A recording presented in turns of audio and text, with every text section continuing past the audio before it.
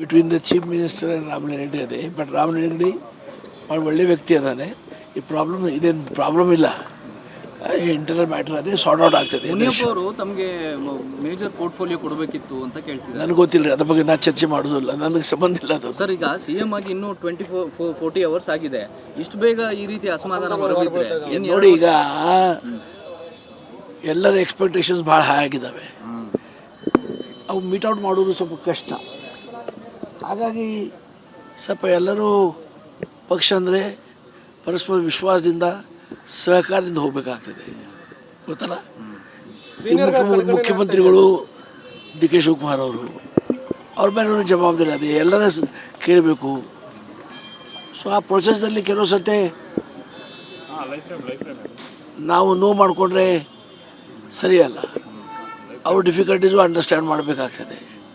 ಹಾಗೆ ಎಲ್ಲರೂ ಒಕ್ಕಟ್ಟದಿಂದ ಹೋಗ್ತಾರೆ, ಆದರೆ ಯಾವ ಸಂದೇಹ ಸಂಶಯ ಇಲ್ಲ. ಸರ್, ಸ್ಪೀಕರ್ ಹೆಸರಿಗೆ ನಿಮ್ಮ ಹೆಸರು ಕೇಳಿ ನನಗೇನೂ ಗೊತ್ತಿಲ್ಲ ರೀ. ಸೀನಿಯರ್ಸ್ಗಳನ್ನ ಗೌರವದಿಂದ ನಡೆಸ್ಕೊಳ್ತಾ ಇಲ್ವಾ ಈಗ ಅಂತ ಪ್ರಶ್ನೆ ಇದ್ದಿದ್ದಾವೆ. ಎಲ್ಲ ಸೀನಿಯರ್ಸ್ಗೆ ಪ್ರಸ್ತಾಪಿಸ್ತಾ ನೋಡಿ, ನಾ ಸೀನಿಯರ್ ಇದ್ದೇನೆ ನಿಜ, ನಾನು ಭಾಳ ಗೌರವದಿಂದ ನಡೆಸ್ಕೊಂಡಿದ್ದಾರೆ. ನನಗೇನು ತೊಂದರೆ ಇಲ್ಲ, ಯಾವ ನೋವು ಇಲ್ಲ, ನಾನು ಸಮಾಧಾನದಿಂದ ಅದೇನೆ. ಸ್ಪೀಕರ್ ಕೊಟ್ಟರೆ ತಾವು ಒಪ್ಕೋತೀರಾ ಸರ್? ಹೇಗೆ? ನಾ ಅದ್ರ ಬಗ್ಗೆ ಏನೂ ಮಾತಾಡ್ದಲ್ಲ, ನನಗೆ ವಿಷಯ ಬಂದಿಲ್ಲ, ನನಗೆ ಕೇಳಿ ಇಲ್ಲ, ನಾ ಏನು ಹೇಳಿ. ಇದು between the chief minister and Ramalinga Reddy ಅದೇ. ಬಟ್ ರಾಮಲಿಂಗ ರೆಡ್ಡಿ ಭಾಳ ಒಳ್ಳೆ ವ್ಯಕ್ತಿ ಅದಾನೆ.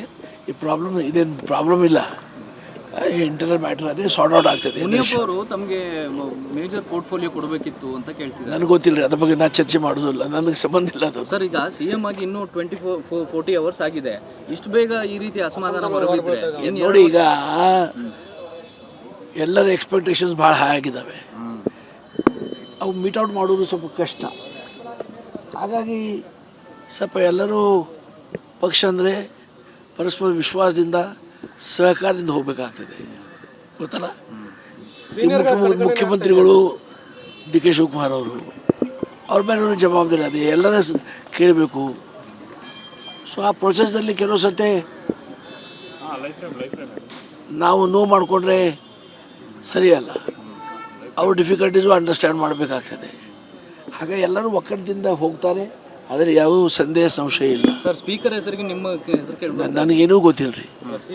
ಸೀನಿಯರ್ಸ್ಗಳನ್ನ ಗೌರವದಿಂದ ನಡೆಸ್ಕೊಳ್ತಾ ಇಲ್ವಾ ಈಗ ಅಂತ ಪ್ರಶ್ನೆ ಇದ್ದಿದ್ದಾವೆ. ಎಲ್ಲ ಸೀನಿಯರ್ಸ್ಗೆ ಪ್ರಸ್ತಾಪಿಸ್ತಾ ನೋಡಿ, ನಾ ಸೀನಿಯರ್ ಇದ್ದೇನೆ ನಿಜ, ನಾನು ಭಾಳ ಗೌರವದಿಂದ ನಡೆಸ್ಕೊಂಡಿದ್ದಾರೆ. ನನಗೇನು ತೊಂದರೆ ಇಲ್ಲ, ಯಾವ ನೋವು ಇಲ್ಲ, ನಾನು ಸಮಾಧಾನದಿಂದ ಅದೇನೆ. ಸ್ಪೀಕರ್ ಕೊಟ್ಟರೆ ತಾವು ಒಪ್ಕೋತೀರಾ ಸರ್? ಹೇಗೆ? ನಾ ಅದ್ರ ಬಗ್ಗೆ ಏನೂ ಮಾತಾಡ್ದಲ್ಲ, ನನಗೆ ವಿಷಯ ಬಂದಿಲ್ಲ, ನನಗೆ ಕೇಳಿ ಇಲ್ಲ, ನಾ ಏನು ಹೇಳಿ.